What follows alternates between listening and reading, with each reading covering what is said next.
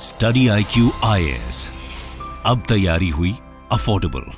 नमस्कार दोस्तों हमारे देश के पूर्व RBI governor Raghuram Rajan ji, I am sure आप सभी इनके बारे में जानते होंगे। तो इनके द्वारा रिसेंटली कई ऐसे स्टेटमेंट्स दिए गए हैं जिसको लेकर काफी चर्चा हो रही है। जैसे कि एक इंटरव्यू में उनसे पूछा गया, क्या आपको लगता है कि भारत 2047 तक एक डेवलप्ड कंट्री बन पाएगा? तो उन्होंने कहा कि इसके बारे में बात करना ही एक तरह से नॉनसेंस है। ये भी खबर आप देख सकते हो, India making mistake believing hype about growth.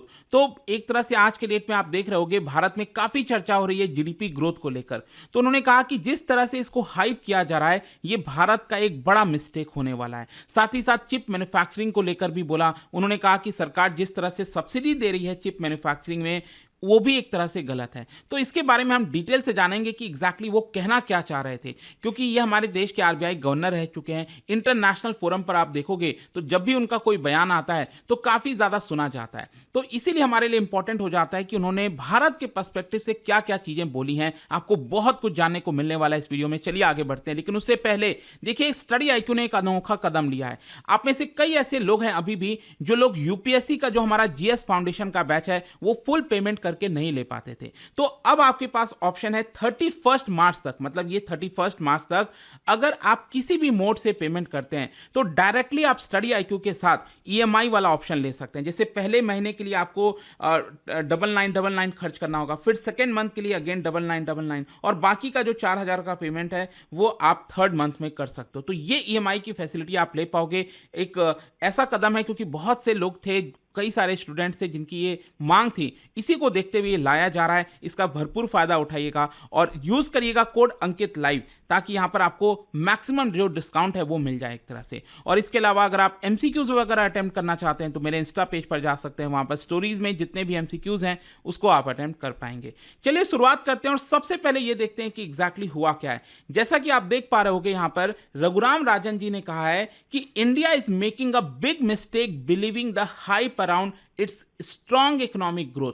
मतलब कि कहीं ना कहीं आज की डेट में अगर आप देखिए तो भारत में जिस तरह से चर्चा हो रही है कि भारत की जीडीपी ग्रोथ वर्ल्ड की फास्टेस्ट हो गई है, तो ये सारे चीज़ों को एक तरह से जो हाइप करके दिखाया जा रहा है, ये हमारे लिए एक बड़ा मिस्टेक हो सकता है। क्योंकि एक तरह से आप बबल में जीने लगते हो और आपको लगता है कि सब कुछ ठीक है, लेकिन ऐसा नहीं है। यहाँ पर स्पेशली उन्होंने कहा है कि अभी हमें ज़रूरत है हमारे देश के अंदर जो स्ट्रक्चरल प्रॉब्लम्स हैं, जैसे जॉब्स की प्रॉब्लम हो गई, वर्क फोर्स की प्रॉब्लम हो गई, स्किल एम्प्लॉयमेंट की प्रॉब्लम है, तो ये सारी चीजों को हमें फिक्स करने की जरूरत है, rather than hyping about the GDP growth. यहां पर आप देख पाओगे उनका कहना है, the biggest challenge a new government must grapple with after election is improving the education and skill.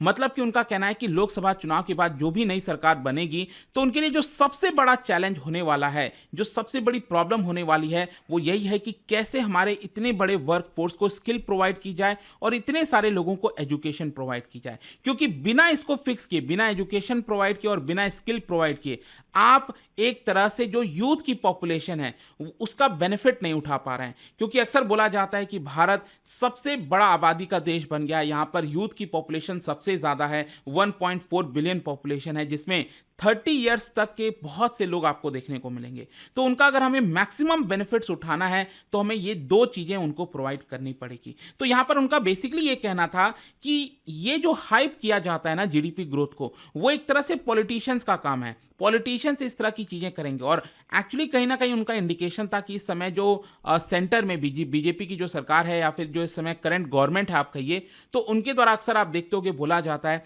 कि यहाँ पर जीडीपी ग्रोथ काफी अच्छा चल रहा है। मैं भी आपको पता ही है, बनाता रहता हूं, आपको समझाता रहता हूं जीडीपी ग्रोथ के बारे में। तो रघुराम राजन जी ये कह रहे हैं कि उसको हाइप जो किया जाता है वो एक तरह से पॉलिटिशियंस करते हैं, लेकिन यहां पर वो आपको दिखाना चाहते हैं कि देखिए हम बहुत अच्छा कर रहे हैं, सब कुछ ठीक चल रहा है, लेकिन ऐसा नहीं है। ये एक सीरियस मिस्टेक हो सकता है भारत के लिए अगर हम इसी तरह के बबल में जीते रहें। फिर इसके अलावा दूसरा, यहां पर एक इंटरव्यू में उनसे पूछा गया, अच्छा आप में से कई लोग सोच रहे होंगे कि ये कौन से इंटरव्यू में पूछा गया। एक्चुअली क्या है ना कि उनके द्वारा एक बुक लिखी गई है भारत को लेकर, भारत के ग्रोथ को लेकर, तो उसी को लेकर वो चर्चा कर रहे हैं। जब भी आप देखते हो कि कोई भी ऑथर वगैरह अपनी बुक लेकर आता है तो अक्सर मीडिया में बातचीत करता रहता है, ताकि वो बुक भी जो है एक तरह से जो है लोगों के नजर में आ जाए। तो उसी के दौरान यहां पर वो इंटरव्यूज वगैरह दे रहे थे, और तभी उनसे एक और सवाल पूछा गया कि जो प्राइम मिनिस्टर नरेंद्र मोदी जी आजकल कहते हैं ना, 2047 तक कि भारत एक डेवलप्ड इकोनॉमी बन जाएगा, ठीक है। तो इसको लेकर आपका क्या सोचना है? तो देखिए उनका एक बहुत स्ट्रांग स्टेटमेंट आया, उन्होंने कहा it was nonsense to talk of that goal, मतलब कि जो हम गोल की बात कर रहे हैं 2047 तक, उसके बारे में बात करना ही एक तरह से नॉनसेंस है। If so many of your kids don't have a high school education and drop out rates are so high, कि हमारे देश के अंदर बहुत से बच्चे हैं जिनके पास हाई स्कूल के एजुकेशन क्वालिफिकेशन नहीं है, क्वालिटी एजुकेशन नहीं है, ड्रॉप आउट रेट्स बहुत ज़्यादा है, मतलब कि एक लेवल तक वो पढ़ते हैं 4th क्लास 5th क्लास तक, फिर वो ड्रॉप आउट हो जाते हैं, हट जाते हैं। तो अगर ये समस्या है और हम बात कर रहे हैं डेवलप्ड इकोनॉमी की, तो ये कहीं ना कहीं नॉनसेंस है, ऐसा रघुराम राजन जी का कहना था। अगेन आप देख पाओगे उनका जो एक एक स्टेटमेंट है, we have a growing workforce, हमारा वर्कफोर्स काफ़ी तेजी से बढ़ता जा रहा है, और आप देख ही सकते हो हमारा जो पॉपुलेशन है वो चाइना को भी ओवरटेक यहाँ पर कर चुका है, और चाइना का पॉपुलेशन अब डाउनफॉल में है, वो नीचे की तरफ जा रहा है। तो यहाँ पर उनका कहना था कि and that's to my mind the possible tragedy that we face, मतलब कि जो डिविडेंड की हम बात करते हैं ना, इतनी बड़ी जनसंख्या है भारत की, ठीक है, तो वो उसका फायदा हम कैसे उठा पाएंगे जब तक हम उनको एजुकेशन, एम्प्लॉयमेंट, ये सारी चीजें ना प्रोवाइड करें। फिर इसके अलावा यहां पर एक और चीज उन्होंने कहा कि रघुराम राजन के लिए सबसे बड़ी चिंता क्या है। तो देखिए उनका सबसे बड़ी चिंता यहां पर क्या थी, क्योंकि वो स्पेशली एजुकेशन पर काफी फोकस कर रहे थे। तो उनका कहना था कि देखिए अगर आप अभी जो इस समय इंडियन स्कूल में जो बच्चे जाते हैं, पढ़ने जाते हैं, तो वहां पर जो उनकी क्वालिटी है इस समय, ठीक है, जैसे कि मान लो अगर आप 3rd क्लास के बच्चे से पूछोगे 2nd क्लास के रिलेटेड प्रॉब्लम्स के बारे में, तो सिर्फ 20.5% ही बच्चे ऐसे हैं जो यहाँ पर उसको सॉल्व कर पाएंगे।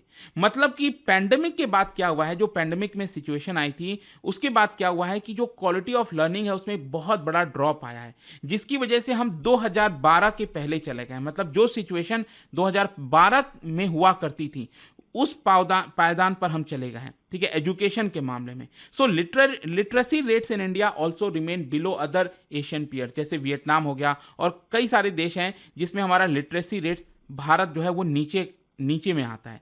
सो that is the kind of number that should really worry us, ऐसा उनका कहना था। Lack of human capital will stay with us for decade, जो हम स्किल अभी तक प्रोवाइड नहीं कर पाए हैं अपने युवकों को जो नौकरी की तलाश में है, तो वो हमें एक तरह से हॉन्ट करेगा लंबे समय तक, तो वो हमें नहीं होने देना है।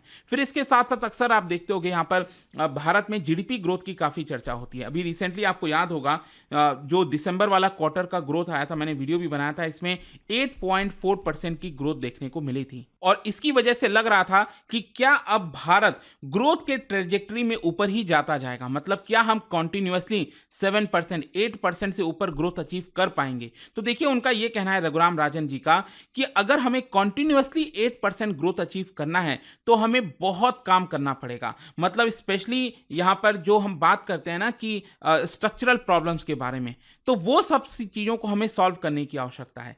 तो यहां पर एक्चुअली एक तरह से वो कंपेयर कर रहे थे कि एक्चुअली भारत सरकार, अगर आप देखोगे तो भारत सरकार बार बार ये कह रही है कि भारत में इस समय काफी क्षमता है, बहुत सारे फॉरेन इन्वेस्टर्स भारत में आ रहे हैं, तो एक तरह से हम यहां पर 7% से ज्यादा जो ग्रोथ है उसको लगातार अचीव कर सकते हैं आसानी से। तो इसीलिए यहां पर रघुराम राजन जी का कहना था कि अगर हमें 8% से ऊपर ग्रोथ करना है कहीं ना कहीं, तो हमें बहुत काम अभी बाकी है। फिर इसके अलावा देखिए एक बड़ा इंटरेस्टिंग चीज उन्होंने चिप मैन्युफैक्चरिंग के बारे में बोला। आप देख रहे होगे आजकल काफी ज्यादा इसकी चर्चा चल रही है, जो सेमीकंडक्टर चिप प्लांट वगैरह, भी 3 प्रोजेक्ट्स को मंजूरी दिया गया है। 2 टाटा के प्रोजेक्ट हो गए, एक गुजरात के अंदर और एक आसाम के अंदर, और जो तीसरा प्रोजेक्ट है वो भी गुजरात के अंदर लग रहा है। तो यहां पर सरकार जो सब्सिडी दे रही है, मतलब कि बहुत सारे कंपनीज को इन्वाइट कर रही है कि आप भारत में आइए और यहां पर सेमीकंडक्टर्स को बनाइए, चिप को बनाइए, क्योंकि यही आवश्यकता है। कल आज मतलब आगे आप देखोगे तो सब कुछ डिजिटल होने वाला है और उसमें चिप का रिक्वायरमेंट होगा। तो इसके लिए सरकार ने यहां पर काफी सारा सब्सिडी दिया है, जो कि रघुराम राजन जी को पसंद नहीं आया है। उन्होंने कहा है कि देखिए आज के डेट में हम जो खर्च करना चाहिए हमें एजुकेशन के अंदर, उससे ज्यादा हम सिर्फ चिप मैन्युफैक्चरिंग में सब्सिडी प्रोवाइड कर रहे हैं। जैसे कि उन्होंने नंबर बताया कि करीब करीब 760 बिलियन रुपीज, इसका मतलब हुआ लगभग 76,000 करोड़ रुपए, ये हम प्रोवाइड कर रहे हैं सब्सिडी में। जो चिप मैन्युफैक्चरिंग कंपनी है उनको हम प्रोवाइड करेंगे। और वहीं अगर हम हायर एजुकेशन की बात करें तो यहां पर सरकार सिर्फ 47,000 करोड़ ही खर्च कर रही है हायर एजुकेशन के अंदर। तो इसको लेकर एक तरह से उन्होंने क्रिटिसाइज किया है कि ऐसा सरकार को नहीं करना चाहिए था, और उनका कहना था कि सरकार जो है वो सिर्फ हाई प्रोफाइल प्रोजेक्ट्स में ही काफ़ी ज़्यादा फोकस कर रखी है। एजुकेशन सिस्टम वगैरह में जो सुधार करना है वो सरकार नहीं कर रही है। So it can produce well trained engineers needed for those industries. मतलब एक तरफ सरकार इंडस्ट्रीज तो खड़ी करना चाह रही है, लेकिन दूसरी तरफ उस इंडस्ट्रीज में जो स्किल्ड वर्कर की आवश्यकता होगी वो कहाँ से आएगा? वो तभी आ पाएगा जब आप एजुकेशन सिस्टम में सुधार करोगे। तो ये एक तरह से उनके द्वारा लिंक किया जा रहा था। I worry that we have become more fixated on prestige projects. बड़े बड़े प्रोजेक्ट्स की हम बात करते हैं, ग्रेट नेशन की बात करते हैं। So while living the underpinnings, जो इंपॉर्टेंट चीजें हैं उसको हम कहीं ना कहीं भूलते जा रहे हैं। और अल्टीमेटली लास्ट में यहां पर उन्होंने एक और चीज कह दिया कि भारत चाइना से क्या सीख सकता है। मतलब कि यहां पर आप देखोगे तो रघुराम राजन जी का कहना है, what we need as a pragmatic approach. जैसे कि अगर आप चाइना के एक फॉर्मर लीडर हैं बहुत फेमस, डेंग जियाओपिंग, अगर आपने सुना हो तो इन्होंने ही बहुत सारा इकोनॉमिक रिफॉर्म्स वगैरह चाइना के अंदर लाया था और इसकी वजह से कई दशक तक चाइना में डबल डिजिट ग्रोथ देखने को मिली थी। तो यहां पर उन्होंने कहा कि डेंग जियाओपिंग का एक कोट है, it doesn't matter whether the cat is black और white, it matters whether it catches mice. तो बेसिकली उनका मतलब, इसका मतलब ये हुआ कि आप भले ही कोई भी सिचुएशन में हो, कि कोई भी संसाधन हो आपके पास हो नहीं हो, जैसे कि अगर हम फॉर एग्जांपल बोलें तो चाइना के अंदर डेमोक्रेसी तो है नहीं, लेकिन फिर भी वो ग्रोथ अचीव कर रहा है। तो एक तरह से रघुराम राजन जी उसी कोट को एक इशारा करते हुए कहना चाह रहे हैं, डजेंट मैटर भारत में डेमोक्रेसी है, क्या चीज़ चल रही है, या फिर हमारे पास संसाधन है कि नहीं, रिसोर्सेज हैं कि नहीं। मतलब क्या रखता है, मैटर क्या करता है कि क्या हम ग्रोथ को और बाकी चीज़ों को अचीव कर पा रहे हैं कि नहीं। ठीक है, मतलब एजुकेशन और इस तरह की चीज़ें प्रोवाइड कर पा रहे हैं कि नहीं। तो ये उन्होंने कहा है कि हम चाइना से सीख सकते हैं।